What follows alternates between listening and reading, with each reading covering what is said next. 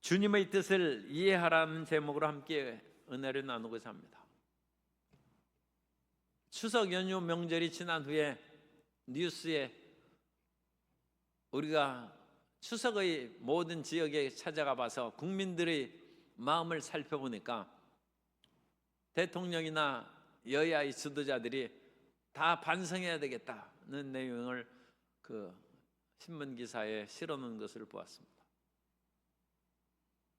이 땅의 지도자들이 자기의 꿈과 비전을 가지고 나라를 이끌어가는 것은 그건 당연한 일입니다. 그런데 자기의 꿈과 비전이 국민의 뜻에 맞지 않으면 그걸 수정해야 됩니다. 그래야지 자기 뜻대로 국민들의 마음을 변화시키려고 애를 쓴다든지, 물론 그런 일들도 있겠죠. 이끌어갈 그런 필요한 때가 있을 것입니다. 그러나 자기 뜻을 주장하고 고집을 꺾지 않고 국민들의 뜻을 꺾으려고 한다면 그와 같은 이 땅의 지도자들은 결국 국민의 사랑을 받지 못할 것이고 그 지도자적인 위치에서 오래 남아있을 수 없을 것입니다. 그럼 우리 예수님 믿는 사람들은 어떻게 살아가고 있는가? 내가 하나님 앞에 이와 같이 열심으로 예배를 드리고 기도하고 찬송하는데 내 뜻을 주장하기 위해서 그와 같은 일을 하는가? 아니면 주님의 뜻을 이해하고 어떻게 하면 주님의 뜻을 더 잘 알아서 나를 변화시키고 하나님의 뜻에 합당하게 살기 위해서 몸부림을 치는가? 우리가 그것을 생각해야 된다. 하나님의 아들이신 예수님께서도 겟세마네 동산에서 기도하실 때 아버지여 이 산을 내게서 옮기시옵소서. 육체를 가진 인간은 고통을 좋아하지 않습니다. 죄악의 잔으로 말미암은 그 마음 심신의 고통을 말할 수 없고 결국 그 죄로 말미암아 하나님 아버지와 예수 그리스도가 분리되는, 하나님께 버림받는 것입니다. 그 같은 처절한 고통을 당할 것을 생각한즉 예수님께서 이 잔을 내게서 옮기시옵소서 기도했으나 그러나 곧이어서 내 원대로 마옵시고 아버지 원대로 되기를 원하나이다. 우리는 주님의 뜻을 이해해야 됩니다. 그리고 주님의 뜻을 살펴서 그 뜻에 맞춰 살아야 되는 것입니다. 슬기로운 자녀는 부모의 뜻을 헤아려서 부모를 기쁘게 하는 것이죠. 지자열친이라고 그랬어요. 지혜로운 자식은 아버지를 기쁘게 한다는 거예요. 학생들은 듣기 싫은 얘기겠습니다만 부모님은 자녀가 공부 열심히 하고 그야말로 학교 잘 다니기를 원하죠. 지혜로운 자식은 그 부모의 뜻을 알고 그까짓 공부 얼마든지 나보고 돈 벌어 오라고 하지 않는 것만 해도 다행이다. 옛날에 프랑다스의 개를 보면 그 개에 우유를 싣고 그것을 하는데 아침마다 우유 배달하고 또 공부도 하고 그러면 얼마나 힘들겠어요. 그런데 오늘날 학생들은 아침에 신문 배달, 우유 배달 안 시키지 않습니까? 공부만 하라고 그러죠. 얼마나 쉬워요. 그러니까 그것을 감사해야죠. 그래서 부모의 뜻을 헤아리면 자식은 부모의 사랑을 받고 그야말로 이 땅에서 성공과 형통의 길을 걸어갈 것이고 또 회사의 사장의 뜻을 잘 이해하는 그런 사람은 그 직장에서 인정받고 대우받고 승진할 것입니다. 오늘 우리가 하나님의 나라에서 면류관을 받고 상급을 받기 위해서는 신경을 좀 쓰셔야 됩니다. 과연 하나님께서 나에게 원하시는 것이 무엇인가? 내가 이 땅에서 살아가는 그 모든 날 동안 하나님께서 나를 통하여 이루시고자 하는 일이 무엇인가? 그걸 깊이 생각하고 고민하고 어떻게 하면 공부 잘할까 고민하고 어떻게 하면 회사를 발전시킬까 고민하고 어떻게 하면 나의 사랑하는 사람의 마음을 얻을까 괴로워하는 것처럼 주의 뜻을 그와 같이 이해하려고 힘을 쓰고 모든 정성과 노력을 기울이면 그 사람은 하나님을 기쁘시게 한다. 우리 모든 성도님들은 하나님을 기쁘시게 하는 자녀인 줄로 믿습니다. 그래서 지금까지 우리가 에베소서를 통하여 주님의 뜻을 알고 이해해왔어요. 그래서 주님의 뜻은 무엇입니까? 너희는 어두움에 속하지 아니하고 빛의 자녀라는 것입니다. 그래서 빛의 자녀로 살아가는 것이 하나님의 뜻입니다. 그래서 빛의 자녀들은 온갖 그런 삶의 행동에 있어서 착함과 의로움과 진실함의 열매를 맺는다. 그래서 우리는 선한 사람이 되어야 되고 의로운 사람이 되어야 되고 진실한 사람이 되어야 돼요. 히스기야 왕이 젊은 나이에 죽을 병이 걸렸을 때 이사야가 너는 자리에서 일어나지 못한다고 사형 선고를 내렸음에도 불구하고 히스기야가 내가 주님 앞에 착함과 의로움과 진실함으로 행한 것을 기억하소서 하면서 통곡하며 기도하며 하나님께서 그 생명을 연장시키시고 살려주셨습니다. 오늘 우리가 빛의 열매를 맺고 살아가면 하나님께서 이 땅에서 아직 여러 가지 다른 사람에게 선한 영향력을 끼칠 수 있기 때문에 주님께서 계속 일을 시키는 것입니다. 뷰라 권사 찬양대를 보면 30년 더 일을 시켜야 된다는 생각이 계속 제 마음에 나기 때문에 어쨌든 우리 성도님들은 젊은 사람들, 어린 심령들을 아기도 많이 낳을 뿐만 아니라 젊은 사람들을 교회에 자꾸 초청하고 믿음에 굳게 서도록 힘쓸 뿐만 아니라 나이 드시고 힘든 오랫동안 신앙생활 한 분도 심기일전해서 내가 이제까지 30년 50년 믿어왔으니까 쉬어야 되겠다 하지 말고 주님 나라 갈 때까지 계속 충성되이 일하는 하나님의 자녀가 되시기를 주님의 이름으로 축복합니다. 일하지 못할 때가 곧 다가온다는 것입니다. 우리가 일하는 것이 그렇게 길지 않습니다. 그 모든 일을 마감할 때가 다가오니까 주님의 뜻을 끝까지 충성해서 일하는 것으로 그 뜻을 이해하는 것입니다. 그래서 앞에서 어둠의 일을 벗어버리고 빛의 자녀로서 살아가라고 말씀하여 하고 권고하셨은즉 15절 그런즉 앞의 것을 다 받는 것입니다. 그래서 15절부터 우리가 21절까지 살펴보는 것은 이 모든 앞의 것을 우리가 다 알았은즉 너희가 어떻게 행할지를 자세히 주의하여 지혜 없는 자같이 하지 말고 오직 지혜 있는 자같이 하라.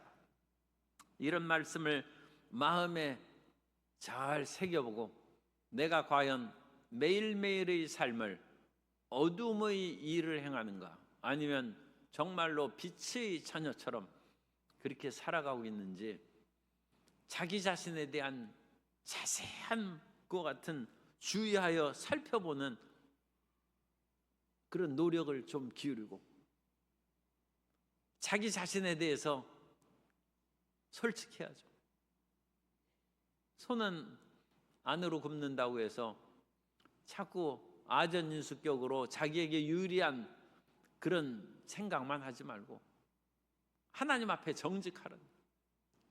하나님 앞에 바르게 과연 내가 주님의 뜻대로 살고 있습니까? 아니면 내 뜻대로 살고 있습니까? 그걸 자세히 한번 주의하여 살펴보라는 것, 살펴보라는 것. 그래서 지혜 없는 자같이 하지 말고 오직 지혜 있는 자같이 하라. 그런데 성경에서의 지혜는 하나님의 말씀을 경외하고 그 말씀을 따르는 것이 지혜입니다. 그러니까 오늘날 우리가 그냥 일반적으로 지혜하면 너무 폭이 넓어가지고 우리가 정말로 무엇이 지혜인지 알 수 없는데 따라서 하세요. 성경 말씀대로 사는 것이 지혜롭게 사는 것입니다. 그러니까 내가 지혜가 있는지 없는지 그것을 금방 알 수 있어요. 성경 지식이 없으면 지혜가 없는 것이고 성경을 잘 알으면 지혜 있는 것입니다. 그런데 이제 지혜는 있는데 그대로 안 살면 이제 또 문제가 되죠. 그러나 어쨌든 하나님의 말씀, 하나님에 대한 말씀의 지식이 곧 우리의 지혜요 지식의 근본이 원천인 것입니다. 그래서 잠언서 4장 10절 이하에 보면, 잠언서 4장 10절 이하에 내 아들아 들으라, 내 말을 받으라. 그리하면 내 생명의 해가 길리라. 내가 지혜로운 길을 내게 가르쳤으며, 지혜로운 길을 가르쳤어요. 정직한 길로 너를 인도하였은즉 다닐 때 내 걸음이 곤고하지 아니하겠고 달려갈 때 실족하지 아니하리라. 우리가 걸어갈 때도 곤고하지 아니하고, 사업을 어떤 것을 신속히 추진하기 위해서 그 사업을 위해서 달려갈 때도 실패하지 아니하고 성공할 수 있다는 것입니다. 그런데 그 다음에 이제 정확하게 나와요. 훈계를 굳게 잡아 놓치지 말고 지키라. 이것이 내 생명이니라. 그러니까 이 아버지가 아들에게 권고한 이 말씀, 지혜로운 길을 내게 가르치고 정직한 길로 너를 인도, 이건 비슷한 말이 두 번 강조한 것입니다. 그 지혜를 내가 가르쳤는데 그 지혜의 가르침은 어떤 가르침이에요? 하나님 말씀이에요. 훈계를 굳게 잡아 놓지 말고 지키라는 거. 그러면 산다는 거예요. 생명보다 더 고귀한 가치가 어디 있습니까? 그러니까 내가 산다는 말은 내가 출세한다는 말 그 안에 들어있어요. 내가 성공하고 머리가 되고 위에 있고 내 사업이 잘 된다는 그 모든 것도 이 생명 안에 들어가는 줄 믿습니다. 그래서 이 지혜가 하나님의 말씀입니다. 우리가 그냥 막연하게 생각하지 말고, 내가 과연 지혜로운 삶을 살고 있습니까? 하나님 물어봐서, 그럼 하나님께서 너는 그럼 창세기부터 요한계시록까지 얼마나 하나님 말씀을 알고 있냐? 그걸 물으면 아무 생각도 안 나요. 그건 학생이 시험 볼 때 시험지만 대하면 아무 생각도 안 난다. 이거 큰 문제 아닙니까? 그런데 창세기부터 요한계시록까지 딱 하면 하나님 말씀이 마치 구름에 달 가듯이 끊임없이 그것이 스쳐나가는 거예요. 그래가지고 말씀이 새록새록 내 마음에 깨달아지고 생각나는, 지혜 있는 것이, 지혜가 충만한 거예요. 그리고 그 말씀을 붙잡으면 우리가 생명을 얻고 승리를 얻게 될 줄 믿습니다. 그래서 이 하나님의 말씀을 우리가 붙잡으면 치료의 광선이 빛을 발하여 우리의 몸이 치료되고 채찍에 맞음으로 나음을 입고, 지나가는 사람의 그런 욕을 들어도 까닭없는 저주는 참새의 지저김과 같다고 했어요. 그래가지고 그런 것을 그냥 튕겨버리는, 그런 것으로 마음에 담아둘 필요가 없어요. 하나님의 말씀이 우리에게 생명이요 힘이 되고 기쁨을 주는 것입니다. 그래서 이 하나님의 말씀과 지혜를 연관시켜서 지혜 없는 자 같이 하지 말고, 말씀 없는 자 같이 하지 말고 오직 말씀 있는 자 같이 그렇게 살아가라. 그것을 구체화시키는, 구체적으로 시키고, 그 다음에 세월을 아끼라. 때가 악하니라. 그래서 우리가 살고 있는 이 시간이 순식간에 지나가요. 올해는 여름이 이제 계속 길고 앞으로는 더 계속 길어질 수 있어요. 옛날 신석 시대 때 우리나라에서 평양에 발굴을 했는데 거기에서 물소 뼈가 발굴됐습니다. 그러니까 평양에서도 이 물소는 원래 동남아에서 하는 따뜻한 지역에서 하는 소 아닙니까? 그런데 평양에서 물소 뼈가 발견됐어요. 그러니까 지금으로부터 한 5,000년 전에는 굉장히 평양까지 따뜻했다.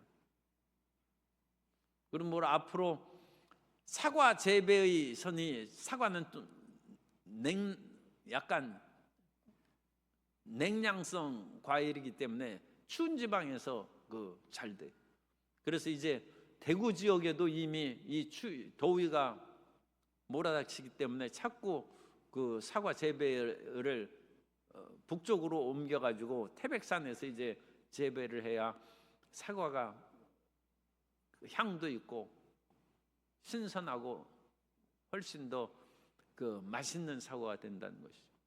그런데 이제 계속 온난화로 올라갈 수 있어요. 세상의 이런 모든 것들이 끊임없이 이제 바뀌는데, 올 여름이 이제 길고 그래도 아무리 길다 할지라도 이미 이제 가을 바람이 불어오기 시작하고, 열대야가 계속된다 할지라도 이것이 얼마나 가겠습니까? 이번 며칠 오늘부터 며칠 비가 오면 이제 가을이 온다고 그러는데 이미 사라졌네. 그러니까 연못가의 풀이 아직 봄 꿈을 채 깨기도 전에 계단 앞에 있는 오동나무가 이미 가을 소리를 낸다는, 시간은 그렇게 흘러가는 거예요.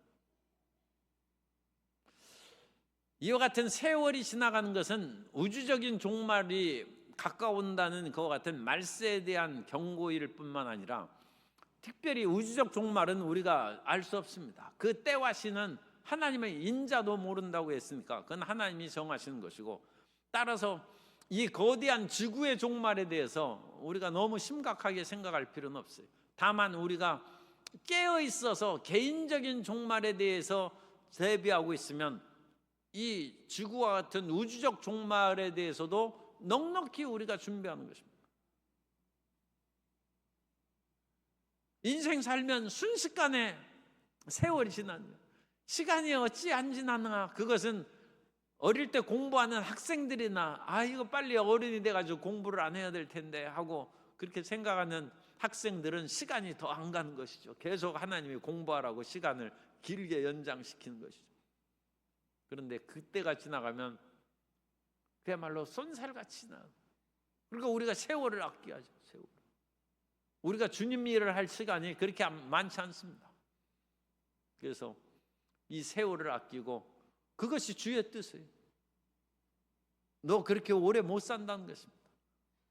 그렇게 오래 살 것 같아도 기껏해야 100년 사는 것이고, 또 힘차게 하나님의 일을 할 수 있는 때가 100세까지 계속 힘차게, 어쨌든 우리 모든 성도님들은 100세까지 힘차게 교회에 나오고 열심히 일하는 성도님 되시기를 주님 이름으로 축복합니다. 그래서 세월을 아끼라는 그 유사한 표현이 문헌에 나오는데, 그것은 시간을 사라는 거예요. 그래서 자꾸 우리가 시간을, 돈 주고 시간을 사는 것처럼 그 시간마다 주님의 뜻을 위하여 그 시간을 사들여서 그 시간을 빛의 열매를 맺는데 쓰라는 것입니다. 몽골이나 그 북쪽의 그 툰드라 지대에는 여름이 굉장히 짧습니다. 그런데 그 여름의 짧은 여름 기간 동안에 꿀벌이 일을 엄청나게 하더라고요. 그래서 이 툰드라 지대에 얼음이 녹고 이제 풀들이 자라고 꽃이 피는 기간이 한두 달 정도 있어요. 남쪽으로 오면 이제 뭐 더 길어집니다만, 이 북쪽의 더 추운 지방에 가면 겨우 한 달 내지 두 달이에요. 그 한 달, 두 달 동안에 이 꿀벌은 애벌레를 낳아가지고 꿀벌 새끼들을 만들어야 될 뿐만 아니라 그 새끼들에게 부지런히 그 한두 달밖에 없는 꿀을 따모아가지고 먹여가지고 벌을 만들어 놔야 돼요. 성충을 만들어 놓고 순식간에 꽃이 져버리는 거예요. 그리고 그 다음부터는 거의 10개월을 그와 같이 이제 모아놓은 꿀을 먹고 견뎌야 돼요.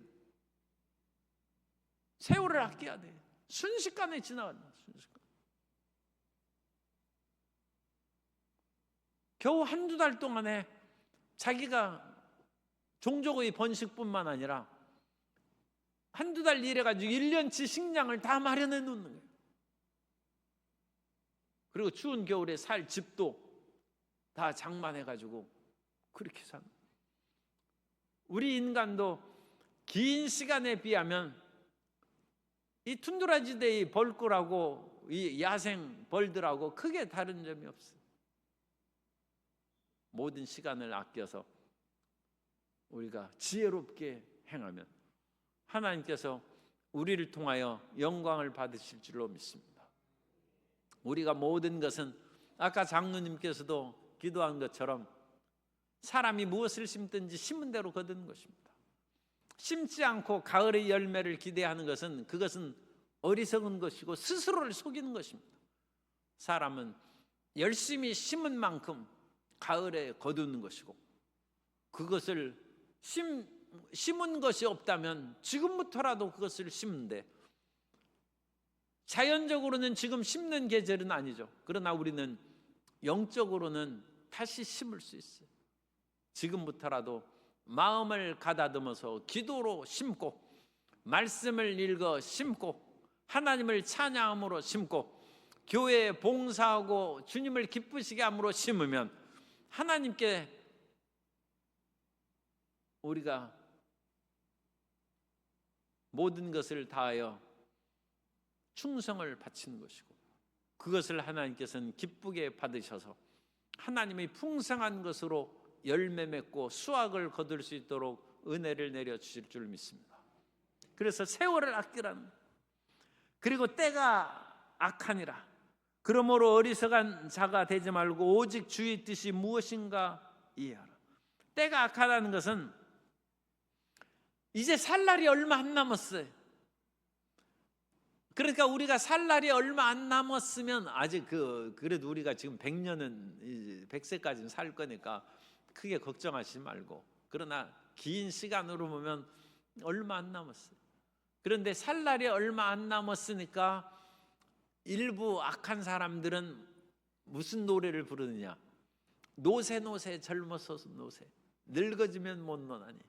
그래서 악한 동무는 우리에게 세상의 즐거움을 늙으면 우리가 못 누리니까 그거 다 우리가 누리면서 마음대로 살자는 것입니다.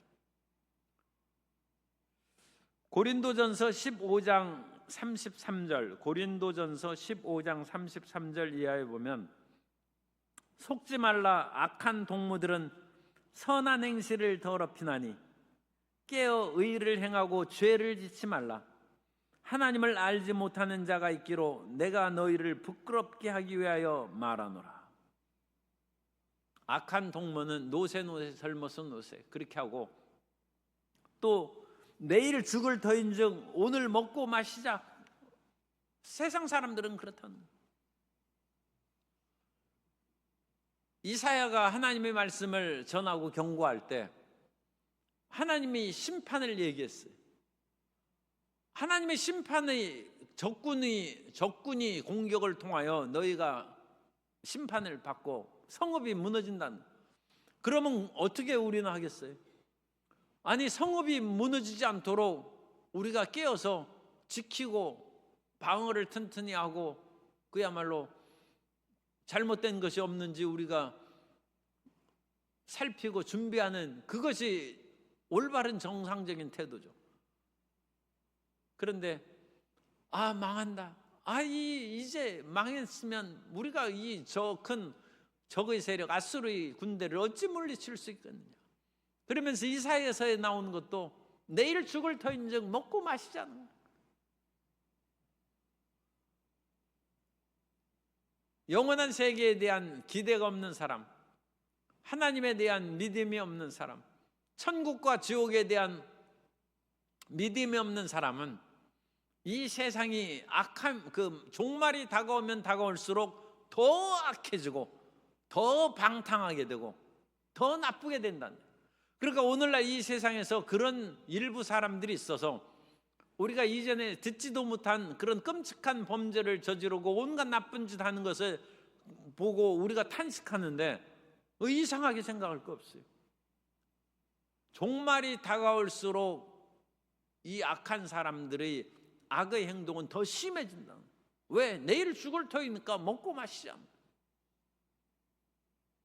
그러나 우리는 내일 죽을 사람이 아니라 우리는 죽어도 다시 사는 사람입니다. 그러므로 종말의 때가 가까울수록 우리는 옷깃을 여미고 단정하게 우리가 살면서, 왜? 우리는 주님의 만날 날이 가까우니까 더 경건해야 된다. 더 죄 짓지 말아야 된다. 사람이 나이가 들면 제멋대로 하는 그런 경향이 가끔 신문에 나타나는데 그러면 안 됩니다. 나이가 많다는 것은 주님을 확률적으로는 만날 날이 더 가까우는데 더 옷을 깨끗이 입고 마음을 깨끗이 단장하기 위해서 옷을 깨끗이 입는 거예요. 그리고 주님을 만날 준비로 경건하라는 거예요. 그래서 나이가 들수록 더 거룩하라는 거예요. 왜? 이제는 신랑 대신 예수님을 만날 날이 가깝다. 그것이 성경의 가르침입니다. 그 반대로 행하는 사람은 믿음이 없는 거예요. 이 세상 사람입니다. 그래서 어리석은 자입니다. 때가 악하니라. 그러므로 어리석은 자가 되지 말고 이 세상의 유혹에 속아 넘어가는 어리석은 자가 되지 말고 지혜로운 자가 되고, 지혜로운 자는 하나님의 말씀이 있는 자요 성경 말씀을 믿고 행하는 자가 지혜로운 자라고 그랬죠. 지혜로운 자가 되라. 그래서 이 하나님의 뜻을 바르게 분별하라. 이 주의 뜻이 이렇게 나오는데 그 주의 뜻은 결국 빛의 자녀로 지혜롭게 살라는 것이고, 이제 더 근본적으로 확실하게 표현합니다. 그거 18절에 술 취하지 말라. 이는 방탕한 것이니 오직 성령으로 충만함을 받으라. 오늘날 술 취한 것으로 인하여 죄를 감해주는 그런 일들이 있는데 그것은 상당히 잘못 하는 것이죠. 술을 취함으로 죄를 범하면 그 2중 더 무겁게 처벌해야 됩니다. 왜냐하면 술을 취함으로써 이성이 마비되어서 더 죄를 지을 가능성이 있는 것을 알면서도 술을 마시고 운전을 했다든지, 술을 마셨으니까 내 도덕성이 좀 희미해져서 방탕한 일을 했다든지, 그런 것은 정상적인 사람에 있어서는 더 가중처벌을 해요. 술 취함으로 나오는 결과는 수천 년 인류 역사에 뻔한 것입니다. 술 취함으로 다른 사람과 싸우고 다투고, 술 취함으로써 온갖 방탕하고 나쁜 짓을 하는데, 그런데 그것을 술을 먹으면 되겠어요? 그러니까 그런 인류의 역사의 수 없는 반복을 뻔히 알면서도 그 길로 걸어가는 것은 가장 어리석은 것이고 주의 뜻을 어기는 것이고 자기 뜻대로 그와 같이 나가는 것입니다. 어떤 사람은 너무 괴로워서 술을 마신다는 사람도 있어요. 그래서 너무 괴롭기 때문에 이 세상을 잊어버리기 위해서 내가 술을 마신다. 그것도 또 책에 보면 이해가 돼요. 그런 사람도 가끔 있을 수 있어요. 그런데 그 사람은 전도해야 됩니다. 술 마심으로써 세상을 잊어버리면, 세상의 괴로움을 잊어버리는 것은 도움이 되지만 그것을 깨어났을 때는 더 깊은 늪 속으로 빠져 들어간다는 것을 깨우쳐주고, 술 취함으로 세상을 잊지 말고 성령의 충만함으로 세상을 잊으란. 우리는 성령 충만함으로 세상의 쾌락도 잊고 세상의 부귀영화도 잊어버리고 세상의 유혹도 잊어버렸어요. 열심히 교회 다니면서 성경 읽고 기도하고 봉사하면서 세상 지나가는 것을 모르고 살아갔어요. 그래서 술 취해서 세상을 모르는 것이나 성령 충만해서 세상을 모르는 것이나 비슷한 점이 있어요. 그래가지고 이 술 취하는 것과 성령 충만한 것은 비슷한 것이 있어서 사도행전 2장에 보면 성령 충만한 예수님의 제자들이 다락방에서 뛰어나와 가지고 그리스도 예수의 말씀을 전할 때 사람들이 보고 이 사람들이 새술에 취했다 그랬어요. 그러자 베드로를 비롯한 다른 사도들이 거기에 서서 지금이 아침 9시인데 우리가 무슨 새술에 취했겠느냐. 너희가 이상하게 보고 너희가 정말로 어찌나 저렇게 담대하고 힘찬지 저 술 먹은 거 아니냐. 우리는 술 취해서 이와 같이 담대하고 힘 있는 것이 아니라 성령의 충만함을 받은 것이고 성령의 충만함을 받음으로 너희 앞에 그리스도 예수를 증거한다는 것입니다.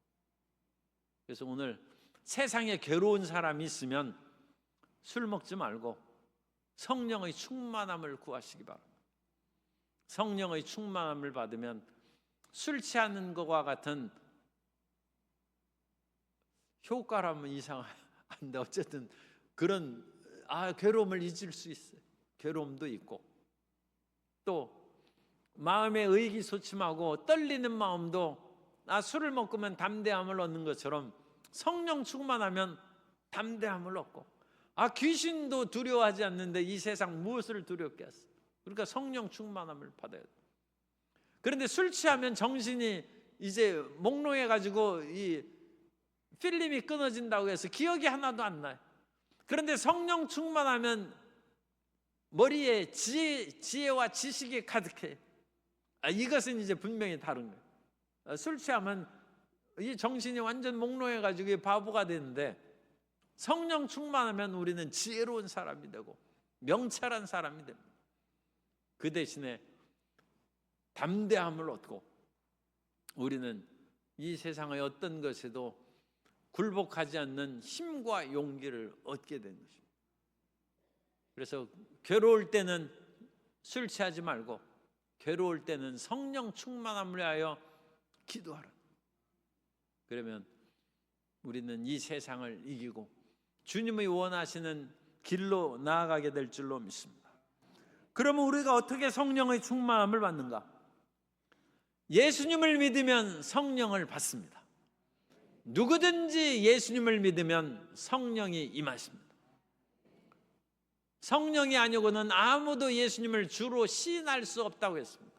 그래서 우리가 예수님을 믿는다 결단하면 성령이 내 안에 거하신 것입니다. 그러면 이 성령께서 내 안에서 활발하게 활성화되기 위해서는 예수 믿으면 성령이 거하신다. 그것이 이제 성령이 드러나게 하시기 위해서는 우리가 성경을 읽어야 돼요. 꿀벌이 애벌레를 낳고 애벌레가 여왕벌이 되기 위해서는 로얄 젤리를 먹어서 성장을 해야 되는 것처럼 우리가 성령의 충만함을 받기 위해서는 하나님의 말씀을 먹어야 돼요. 그리고 기도해야 돼요. 그래서 하루에 1시간씩 기도해야 돼요. 그리고 하루에 1시간씩 찬양하는 것도 중요해요. 그래서 하나님을 찬양은 곡조 있는 기도라고 했어요. 그리고 나는 노래를 난 잘 못합니다 하면 제가 가르쳐 드릴 테니까. 무엇을 노래를 가르쳐 드린다는 것이 아니라 시편을 읽어요. 시편을 그냥 소리 내어서 읽어요. 소리 내어서 막 읽다 보면 곡조가 저절로 붙어요. 그러다 보면 아주 위대한 것 같은 작곡가가 될 수도 있어요. 내가 작곡은 못해도 이제 저분이 시편을 너무 아름답게 읽는다 소리가 소문나면 우리 교회의 지휘자들이 와가지고 이제 채록을 하는 거예요. 그것을 다 해가지고 곡을 만들어서 줄 수도 있어요. 그런데 시편을 소리내어 읽으십시오. 큰 소리로 소리내어 읽고 찬양하면, 물론 악기를 배우는 것은 금상첨화죠. 악기를 배우는 것은 참 그것은 대단한 그 같은 하나님의 은혜고 실력입니다. 여러분들이 지금 악기를 배우는 것은 좀 늦었다 생각할지라도 우리 교회에 일렉트릭 기타반도 있고 또 그러니까 악기도 배우고 피아노도 배우고 장구도 배우고 악기를 배우고 또 조금 돈을 아끼셔가지고 자녀들이나 손자녀들이 어릴 때 악기를 좀 배울 수 있도록 그렇게 해주면 좋습니다. 옛날에도 음악을 알지 못하는 그것은 무식한 사람이라고 이 공자가 얘기했어요. 예를 알아야 되고 음악을 알아야 돼요. 그래서 이 음악이 굉장히 중요합니다. 그런데 그 음악을 우리가 악기를 다루면 더 좋지만 그것을 못 다룬다 할지라도 시편을 소리내어 읽고 그래서 성경의 모든 것은 소리내어 읽을 수 있어요. 그래서 이 토라를 읽을 때, 오경을 읽을 때도 음유를 붙여서 읽습니다. 유대인들이 이 토라를 읽을 때는 참 그 아름다운 것을 제가 잊을 수가 없어요. 유대인의 그 회당에서 그들이 예배 드리는 것을 이제 제가 그냥 참관하러 갔어요. 그들이 오경의 토라를 읽는데 테너가 노래를 부르는 것 같더라고요. 그래서 성령의 충만함을 받기 위해서는 기도해야 되고 찬송해야 되고 말씀을 읽어야 되는데, 그 모든 것을 합한 것이 시편을 소리내어 읽는 거예요. 소리내. 일단 시작해 보세요. 시편을 소리내어 읽으면 성령이 충만해져요. 성령 충만해져서 노래 속에 취하면 얼굴이 이제 뜨거워지고, 소리내어 읽으면 뱃속에 힘이 생기니까 담대함이 생기죠. 그래서 이 성령 충만의 그런 여러 가지 특징 가운데 19절이 그거예요. 19절이 시와 찬송과 신령한 노래들로 서로 화답하며 너희의 마음으로 주께 노래하며 찬송하며, 이것이 지금 18절에 성령으로 충만함을 받으라 하고 이어진 말씀에, 성령 충만함을 받는 그 사람들이 모인 곳에는 시와 찬송과 신령한 노래가 서로 오간다. 그래서 우리 교회에서도 막 할 때 여기에서 그 이 시라는 것은 이 찬송입니다. 특별히 시편을 가지고 초대 교회의 그런 교인들이 찬송가를 만들었어요. 그래서 시편 찬송입니다. 그래서 감람산에 갈 때에도 제자들이 찬송하며 찬미하며 갔다고 했어요. 노래를 부르면서 가는 거예요. 이게 찬이에요. 그래서 그 초대교회부터 이미 주로 시편의 그런 내용을 가지고 곡조를 붙인 노래가 있어요. 그것을 시로 이제 보고, 그 다음에 여기에서 찬송은 그런 그 짤막한 노래보다는 훨씬 더 긴 일종의 음유시인처럼, 그것은 이제 시편 119편은 굉장히 길죠. 시편 119편은 176절에 이 176절을 외우는 것은 굉장히 어렵죠. 그런데 노래로는 할 수 있어요. 노래로 하면 판소리를 다 외우지 않습니까? 판소리를 몇 시간씩 그것을 외워서 얘기하는, 판소리 하면서 이거 못 외우겠는데 해가지고 악보 보고 하는 사람 봤어요. 그러면 그건 탈락이에요. 그건 선생님이 그 임방울 대상에서 탈락되는 거예요. 그 상 못 받아요. 그래서 그 다 외워야 돼. 그러니까 우리도 이와 같은 노래를 하다 보면 시편 119편의 176절을 노래로 외우는 거예요. 이것이 찬송입니다. 그래서 짤막한 찬송, 그것을 시편의 짤막한 찬송, 시편은 짤막한 것도 있죠. 긴 찬송은 그것은 찬송. 그 다음에 특별한 것이 신령한 노래. 신령한이라는 그 헬라어가 푸뉴마티코스. 이 푸뉴마티코스의 노래, 스피리추얼 송이에요. 스피리추얼 송, 신령한 노래. 푸뉴마티코스는 원래 고린도서에서 이 세상에는 세 종류 사람이 있다는 거예요. 한 종류는 신령한 사람이고, 한 종류는 육신에 속한 사람, 한 사람은 육에 속한 사람. 그래서 그것이 비슷한데 헬라 원어로는 하나는 푸뉴마티코스, 신령한 사람이고, 또 한 사람은 혈육의 사르키코스고, 육체의 사람, 육체. 또 한 사람은 푸시키코스, 푸시케라는 영혼의 사람. 그래서 푸시키코스는 예수님 안 믿는 사람을 말하는 육신에 속한 자고, 우리는 예수님을 믿었다 할지라도 육체의 유혹에 끌려가는 어린아이, 그것은 예수님을 믿지만 어린아이입니다. 어린아이가 되지 말고 신령한 사람, 그래서 푸뉴마티코스의 사람이 되라, 그렇게 사도 바울이 고린도 교인들에게 권유하고 있는데, 이 신령한 사람이 되면 나오는 노래가 신령한 노래예요. 푸뉴마티코스예요. 그래서 호라이스 푸뉴마티코스라고 그러는데, 이 노래 신령한 노래, 스피리추얼송이고, 흑인 연가나 뭐 그런 것들도 스피리추얼송이죠. 우리가 성령 충만해 가지고 막 시편을 읽는다든지 아니면 우리가 아는 찬송가 곡을 그러니까 찬송가 곡을 외우고 있어야 돼요. 그것을 3번, 4번, 5번 하다 보면 방언을 하는 사람은 어느 순간에 방언이 노래가 돼 가지고 나와요. 그게 신령한 노래, 방언 찬송을 하는 거예요. 이게 방언 찬송하면 모든 우리 성도님들이 아주 멋있는 노래를 할 수, 아주 아름다운 노래를 할 수 있어요. 성령께서 우리를 통하여 역사하시는 신령한 노래이기 때문에 그런 노래는 굉장히 우리에게, 듣는 사람에게 영적인 감동을 줄 뿐만 아니라 노래도 아주 아름답습니다. 그래서 이런 예배의 그런 것들도 오늘날 시도되는 교회들이 종종 있습니다.